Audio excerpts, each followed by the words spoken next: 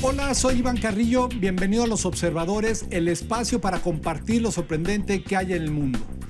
Millones de personas están cansadas de dilapidar horas de su vida metidas en el automóvil. ¿Tú eres una de ellas? Hoy vamos a conversar con el ingeniero Bernardo Baranda del Instituto de Políticas para el Transporte y el Desarrollo, quien nos da consejos de movilidad para mejorar los tiempos de traslado, el desarrollo económico y la calidad de vida de los ciudadanos. Esto es Los Observadores.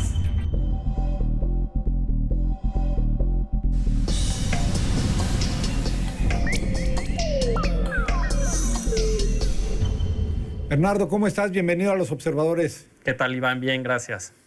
Crisis atmosférica en la Ciudad de México, en la Ciudad de Monterrey, en Toluca, hoy se nos informa. En realidad parece ser una crisis que de pronto abarca a todo el mundo y bueno, un problema grande en el que tú incides desde el transporte. Dime, ¿cuál es el tamaño de esta problemática?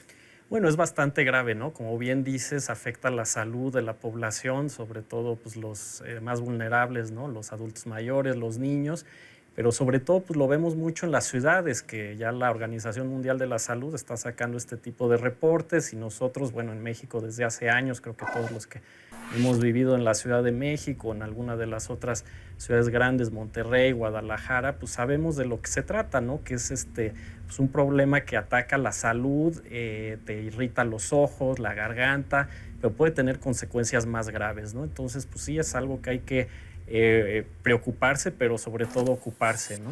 Y ocuparse desde el transporte, porque se achaca, no sé si con razón o no, tú me lo dirás, que gran parte de esta contaminación proviene del transporte.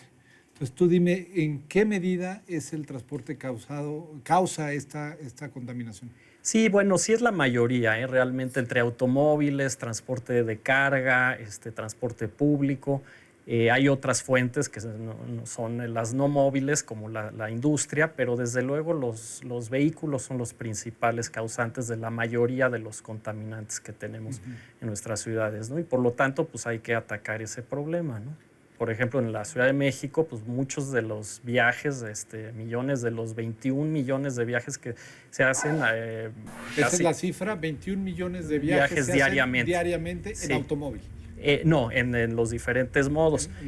Pero muchos de ellos, alrededor de 8, vienen de los municipios conurbados, ¿no? Del Estado de México. Entonces, bueno, pues ya no se puede hablar nada más de la Ciudad de México o antes DF y los municipios conurbados, sino es una zona metropolitana, ¿no? Y así debe de entenderse y buscar soluciones. Y desde esta perspectiva, ¿cuáles son las soluciones? Si tú me dices, tenemos 21 millones de viajes, ¿por dónde se le entra al problema?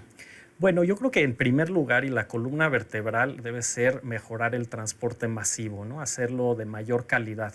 Tenemos evidentemente una buena red de metro en la Ciudad de México, tenemos algunas líneas de Metrobús, tenemos trolebuses, tenemos el sistema RTP del gobierno y en el Estado de México tenemos Mexibus, el suburbano, pero creo que necesitamos mucho más, necesitamos una mayor oferta de transporte masivo de calidad para que la gente, además de servir a los que ya actualmente lo usan, que además es la mayoría ¿Sabemos más o menos cuánta gente se transporta en transporte público? Sí, es alrededor del 70% de los viajes se siguen haciendo afortunadamente en transporte público. Y yo creo que de lo que se trata es de que esa población no busque cambiar al automóvil, ¿no? Sino mantenerlos y desde luego darle un mejor servicio, una mayor frecuencia, mayor seguridad, que haya una integración metropolitana entre la Ciudad de México y el Estado de México, digamos que tengamos rutas que lleguen del Estado de México al centro de la ciudad, viceversa, o digamos hasta que crucen, ¿no? Como pasa en otras ciudades,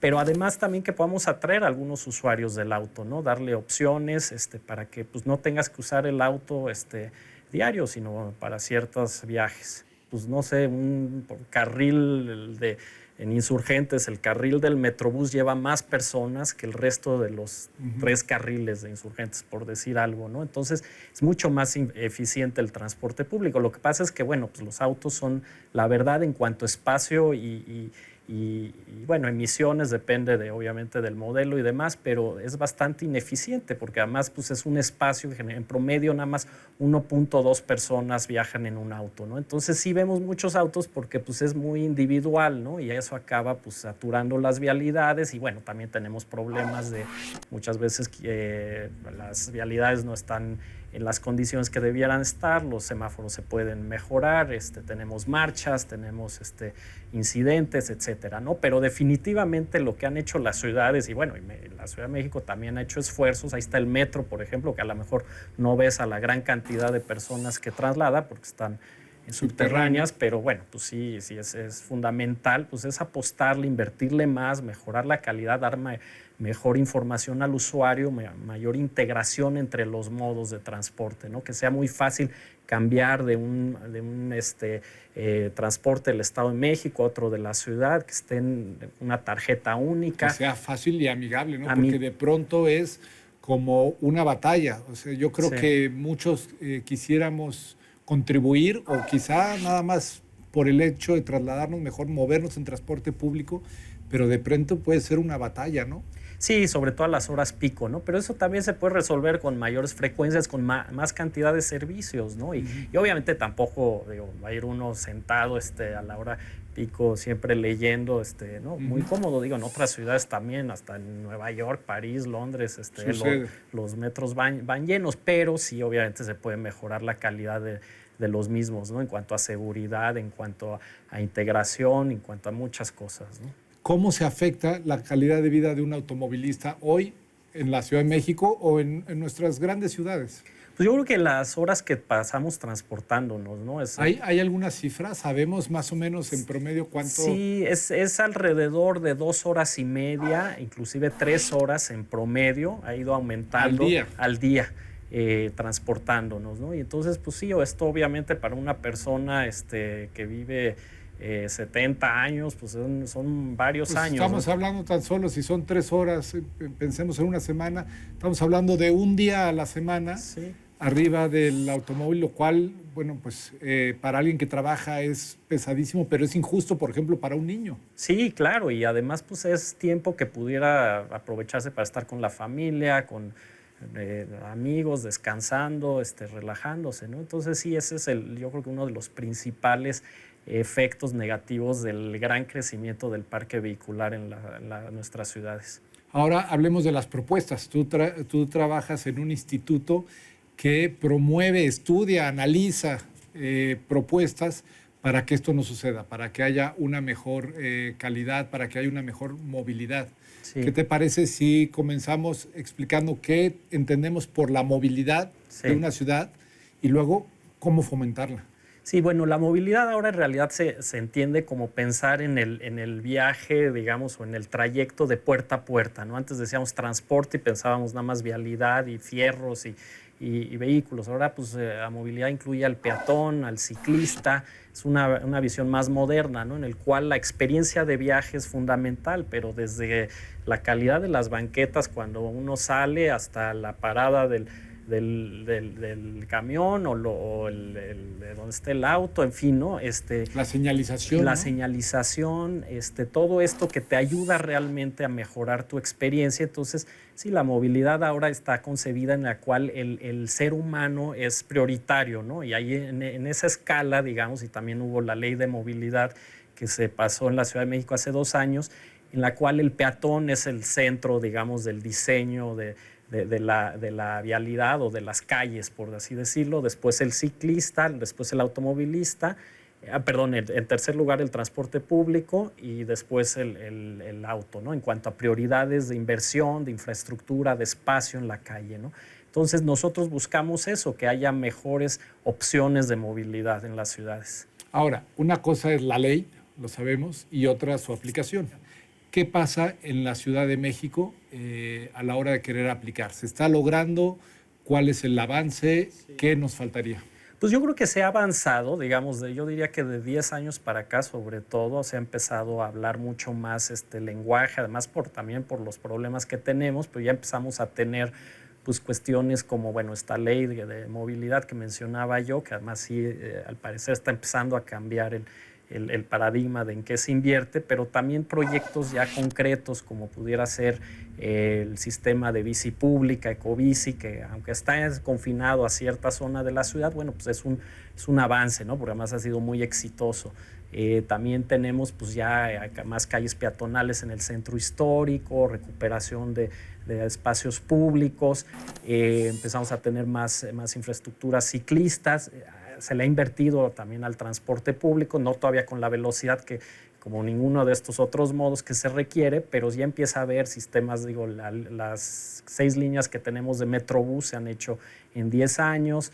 En fin, yo creo que sí ya hay buenos casos, pero necesitamos expandirlos más, ser más contundentes y sobre todo pensar en los eslabones más débiles, ¿no? ¿De qué sirve tener un buen sistema de transporte público si la transferencia te vas a tardar mucho, si tiene el caminar por el centro de transferencia modal es incómodo, es inseguro? O sea, tenemos que ir hacia esos puntos muy específicos. ¿Sí? ¿De qué forma el Instituto para el Transporte y el Desarrollo, para el cual trabajas, incide en los tomadores de decisión, en aquellos que están diseñando las políticas públicas?